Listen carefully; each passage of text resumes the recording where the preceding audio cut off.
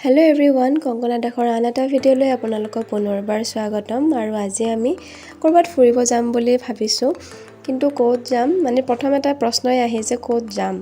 আৰু জেগাবিলাকৰ নাম চাম মই ইমান বেছি ভালকৈ নাজানো। ছয়গাঁৱৰ ফালে আহিছোঁ, ছয়গাঁৱৰ পৰা বামুণী গাঁও হৈ মানে এটা ৰাস্তা ওলাব পাৰি, সেই ৰাস্তাটোৰেই গৈ আছোঁ। ইমান বেছি নাম চাম নাজানো, কিন্তু এনেকুৱা জেগাত যাবলৈ মন যায় য'তেই কি নাযাওঁ, যে মনটোৱে শান্তি পাওক, অকণমান নিৰল নিস্তব্ধ, মানে হুলস্থুলীয়া পৰিৱেশত আমি সদায়ে থাকোঁ।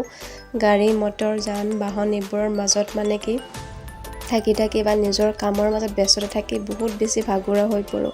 সেইকাৰণে মানে কি এনেকুৱা এটা নিৰল নিস্তব্ধ ঠাই বা পূৰা প্ৰকৃতিৰ মাজত থাকি বহুত বেছি ভাল লাগে বা ভাল পাওঁ। ঠিক তেনেকুৱাকেই মানে গৈ এনেকুৱা এটা পৰিৱেশ পালোঁ য'ত বহুত বেছি ভাল লাগিলে, মনটোও বহুত শান্তি পালে। আৰু এইফালে থকা মানুহখিনিৰ দ্বাৰাহে এই ধুনীয়া এটা অঞ্চল আমি দেখিবলৈ পাই আছোঁ, ধুনীয়া এটা পৰিৱেশ এটা দেখিবলৈ পাই আছোঁ। মানে উন্নয়নৰ কাৰণে যদিও গছ গছনিবিলাক কাটিবলগীয়া হয়, কিন্তু আমাৰ অসমত বহুতবিলাক এনেকুৱা জেগাও আছে চাবলগীয়া, য'ত মানে প্ৰকৃতিৰ ধুনীয়া এটা দৃশ্য দেখা পোৱা যায়। তেনেকেই আমি আৰু গৈ আছোঁ।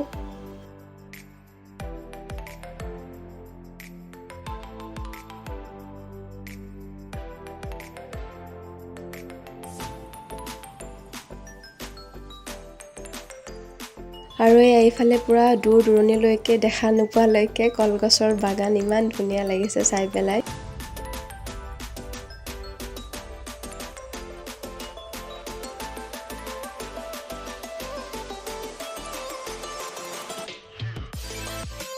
আৰু আমি ক'ত গৈ আছোঁ, কি জেগাত যাম, এইবিলাক একো চোৱা নাই, বাছ ৰাস্তাটোৱে আমাক লৈ গৈ আছে। ৰাস্তাটো যিমান দূৰ যাওঁ সিমান দূৰলৈকে মাত্ৰ সেউজীয়া পৰিৱেশ, ধুনীয়া প্ৰাকৃতিক দৃশ্যৰে ভৰা।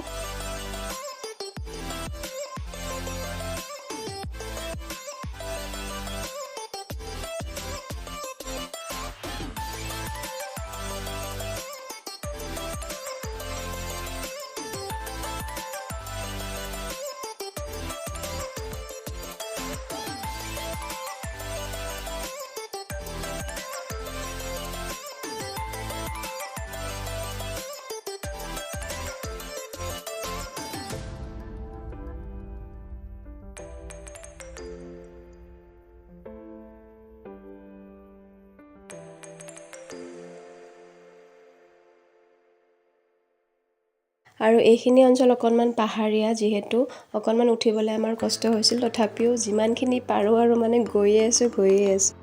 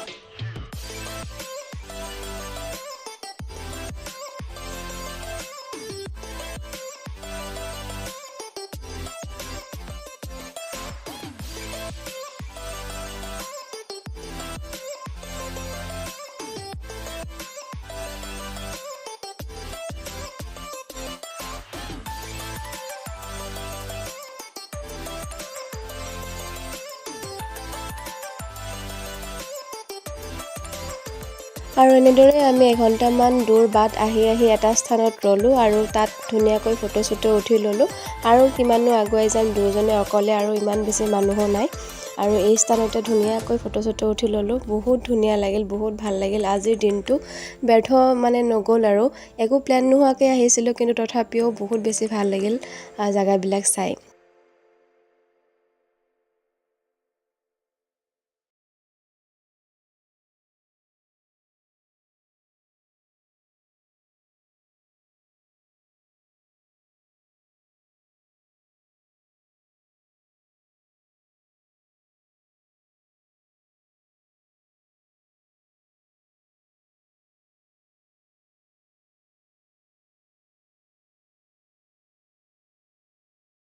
তো আজিৰ ভিডিঅ'টো এইখিনিতে সামৰিছোঁ। আকৌ লগ পাম মোৰ আন এটা ভিডিঅ'ত। Bye bye.